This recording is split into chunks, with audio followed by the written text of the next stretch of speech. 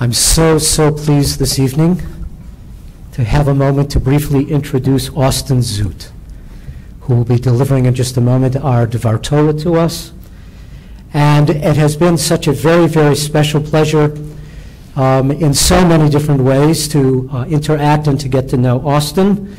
And of course have to introduce his proud parents, Ivan and Susan, and brother Logan, who are also here to support him and to listen to the wonderful words that he's going to be sharing in a few brief moments. But not only does he bring a love of Jewish camping and experience in Jewish camping and Jewish youth work, but most recently created his own web congregation. Maybe he'll have an opportunity to tell you what that means, to have a web congregation.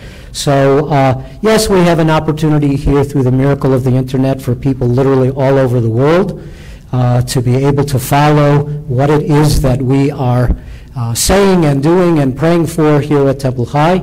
But Austin, through his web congregation and through a weekly presentation of the Torah portion, which I am fortunate enough to follow on YouTube. And you too can follow him on YouTube each and every week, right? This is not just the two of us, right? But a whole community of people, probably worldwide, that have the opportunity to do this. And he has this wonderful phrase, the Zoot perspective. And I love that. And that's really, I think, the wonderful contribution that Austin will share with us tonight on behalf of the Brotherhood, and once again the good works of our Brotherhood and contributions, to invite him to give the Zoot perspective.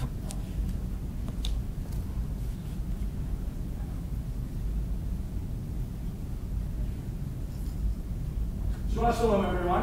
Shabbat Shalom. Those were big words, so thank you very much for that. I hope I can follow that up as beautifully as he spoke about me. We're going to start with a little bit of an interactive portion this evening. I'm going to ask a couple of questions, and I'll let you volunteer your answers by raising your hand. Who here has a Facebook page? Okay. How about a Twitter account? Instagram? How about Snapchat? How many of you got lost and I started speaking a foreign language to you just now? Okay, fair enough. Let's get a little easier. How many of you have ever attended services? Now, all of you can raise your hands because you're here. I wanted to make sure everyone got to participate. How many of you, this is a little harder, how many of you have ever experienced a spiritual moment on the internet? A few hands. How many of you have ever prayed on the internet? As well. I want you to hold on to that thought. We'll come back to it in a little while, in about 35 to 40 minutes or so. This week's Torah portion is Tetzaveh, which talks about the construction of the tabernacle. Now, last week we talked about the physical construction, the physical pieces that go into the crafting of the structure, the wood that goes into it, the tapestries that go around it, the dolphin skin. It's hard to find dolphin skin in the desert, but we did it. All of the physical things that you put around the tabernacle. This week, we're talking about the things in it, the stuff we put inside. We're talking about the garments that the high priests are going to wear. We talk about the altar that we're going to construct. We talk about the olive oil we're going to bring. And we talk about the lampstands, every little detail of what goes into this physical space. Now, one of the biggest challenges of a Torah portion in a modern day sense is looking at an ancient Torah portion and deciding how that applies to today.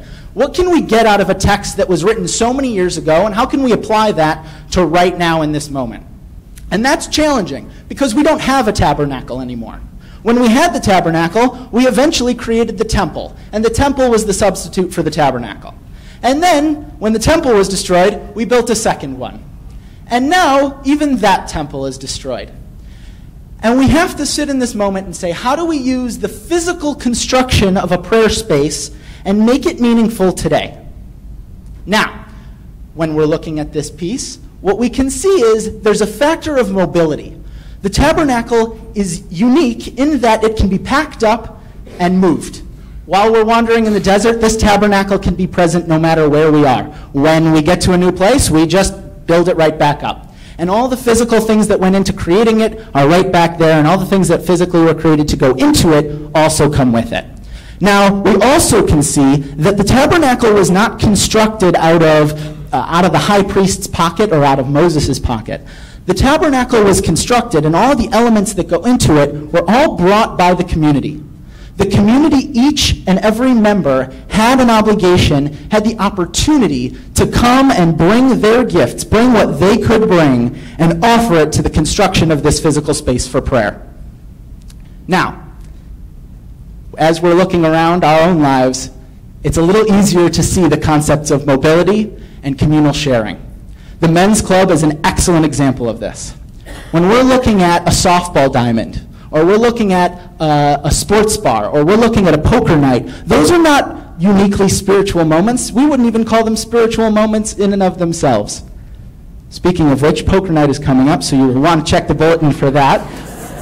But those places are only meaningful, and they're only communal spaces when each and every member of the men's club shows up. And when we show up, and when we get together and we make that softball diamond a communal space where we can do our work and we can have our fun and we can find our meaning, we create a spiritual and we create a holy space in that moment. As Rabbi introduced a little bit, this continues and we come back a little earlier than I predicted, to the concept of prayer and holiness on the internet.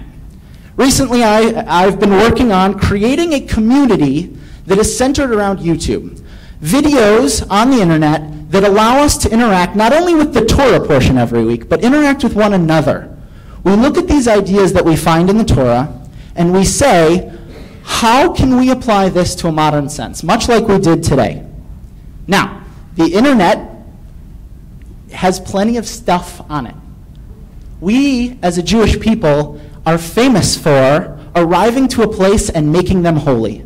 When we first arrived to America, when Jews first were arriving to the new land, we created two places. Does anybody know what those two things that we created in each new space are? This is also an opportunity for sharing. Every time we arrived, we would create two spaces. Does anybody know what it is? A temple's a great idea, but not quite. A cemetery and a mikvah. Cemetery and a mikvah. Very good, Cantor.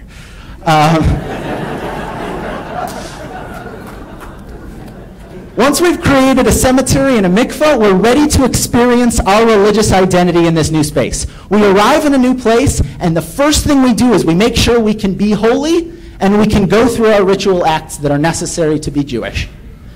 The internet is no different. Once we realize what the internet is, we start to look for ways to make the internet meaningful. We start to look for ways to make the internet a Jewish, holy, meaningful experience. Now, as we look at this Torah portion again, we see that a holy space is only created when each and every member of the community is willing to bring their own gifts, their own talents, and their own ideas to that space. As we look at the construction of communities on the internet and the construction of communities anywhere, we have the unique and incredible opportunity to find the holiness that already exists. We just have to make sure we're there to participate in it. Shabbat Shalom.